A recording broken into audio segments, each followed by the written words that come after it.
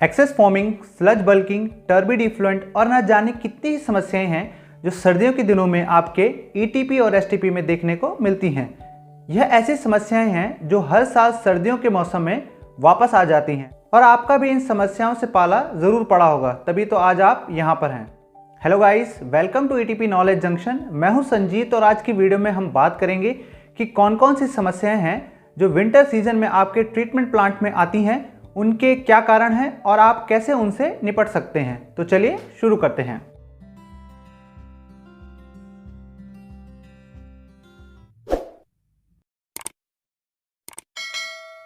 Treatment plant में bacterias की दो तरह की प्रजातियां पाई जाती हैं जो एक टेम्परेचर रेंज पर मेटाबॉलिज्म और रिप्रोडक्शन करती हैं।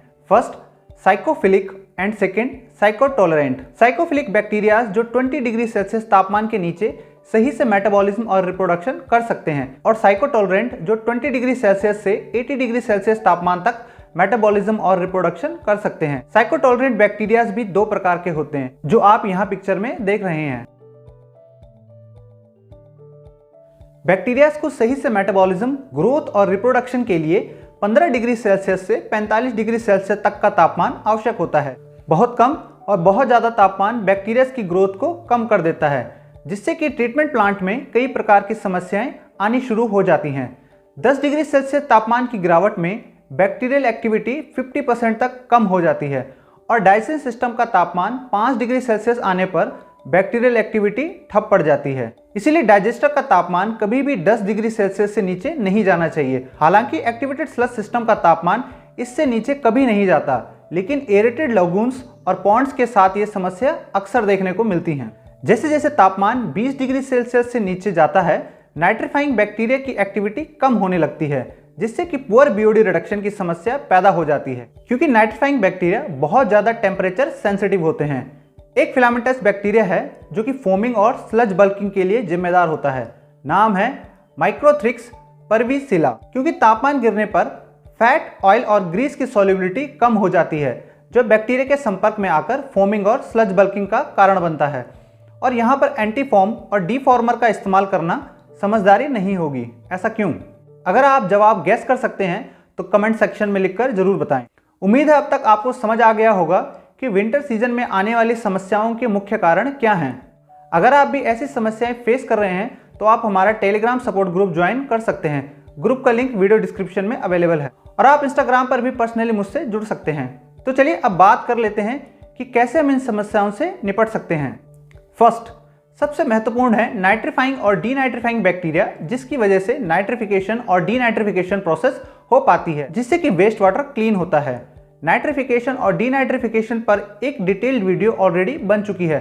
वीडियो का लिंक आई बटन और इस वीडियो के डिस्क्रिप्शन में अवेलेबल है। क्योंकि बीओडी रिमूवल में नाइट्रीफाइंग और डीनाइट्रीफाइंग बैक्टीरिया एक बहुत बड़ी भूमिका निभाते हैं, तो अगर ये डाइजेशन सिस्टम में अवेलेबल रहेंगे तो बीओडी डाइजेशन में मदद मिलेगी। लेकिन कम तापमान की वजह से इन बैक्टीरियाज की संख्या कम होने लगती है और आप यहाँ पर इस्तेमाल कर सकते हैं रेडीमेड बायोकल्चर का।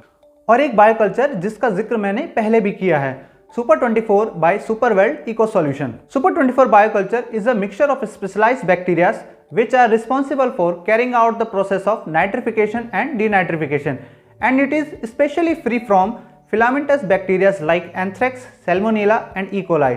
और आप भी जानते होंगे these bacteria are responsible for sludge bulking. Super 24 पर ऑलरेडी एक वीडियो बनी हुई है। अधिक जानकारी के लिए आप वीडियो आई बटन और इस वीडियो के डिस्क्रिप्शन में पा सकते हैं। दूसरा काम आप ये कर सकते हैं कि बायोमास का कॉन्सेंट्रेशन 25% से 50% तक बढ़ा सकते हैं, क्योंकि कम तापमान की वजह से बैक्टीरियाज का मेटाबॉलिज्म स्लो हो जाता है, जबकि एचआरटी सेम ही रहता है। इसीलिए अधिक बीओडी रिमूवल के लिए बैक्टीरियाज की संख्या बढ़ानी पड़ेगी।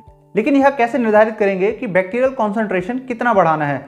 सीधा सा गणित है। हर 10 डिग्री सेल्सियस टेम्परेचर चेंज पर 50% कॉन्सेंट्रेशन चेंज, यानी कि एवरेज टेम्परेचर अगर 10 डिग्री सेल्सियस गिरता है तो बैक्टीरियल कॉन्सेंट्रेशन 50% बढ़ाना है। तीसरा, न्यूट्रिएंट्स की डोजिंग बढ़ाकर, क्योंकि अनफेवरेबल टेम्परेचर की वजह से बैक्टीरियल सेल डैमेज होती है और बैक्टीरिया को एक्स्ट्रा एफर्ट करना पड़ता है। न्यूट्रिएंट्स से मतलब यहाँ सिर्फ नाइट्रोजन और फॉस्फोरस नहीं है, जो कि यूरिया और डीएपी से प्राप्त होता है। न्यूट्रिएंट्स में मैक्रो न्यूट्रिएंट्स जैसे कि नाइट्रोजन और फॉस्फोरस के साथ साथ माइक्रो न्यूट्रिएंट्स जैसे कि calcium, cobalt, zinc, copper, iron etcetera. आमतौर पर इंडस्ट्रियल वेस्ट वाटर में पर्याप्त माइक्रो न्यूट्रिएंट्स नहीं होते हैं, जो कि बैक्टीरिया की सेल ग्रोथ में महत्वपूर्ण भूमिका निभाते हैं। माइक्रोन्यूट्रिएंट्स बैक्टीरिया सेल फंक्शन और एक्टिवेटेड स्लज स्टेबिलिटी के लिए बहुत ही आवश्यक हैं, क्योंकि हम सिर्फ यूरिया और डीएपी के भरोसे बैठे रहते हैं, जो कि सही मायने में संपूर्ण पोषक तत्वों की आपूर्ति करने में असमर्थ है। तो यहाँ पर हम इस्तेमाल कर सकते हैं सुपर न्यूट्रिएंट्स बाय सुपरवेल्ड इको सॉल्यूशन। सुपर न्यूट्रिएंट्स में मैक्रोन्यूट्रिएंट्स और माइक्रोन्यूट्रिएंट्स सही अनुपात में रखे गए हैं, जो कि किसी भी industrial waste water treatment plant के एक्टिवेटेड स्लज प्रोसेस में बैक्टीरियल सेल ग्रोथ को प्रमोट करता है और एक सही और हेल्दी फ्लॉक्स का निर्माण करने में मदद करता है। सुपर 24 और सुपर न्यूट्रिएंट के बारे में अधिक जानकारी के लिए आप सीधे सुपरवेल्ड इको सॉल्यूशंस की वेबसाइट या कस्टमर सपोर्ट नंबर पर जा सकते हैं, जिसकी डिटेल्स वीडियो डिस्क्रिप्शन में अवेलेबल है।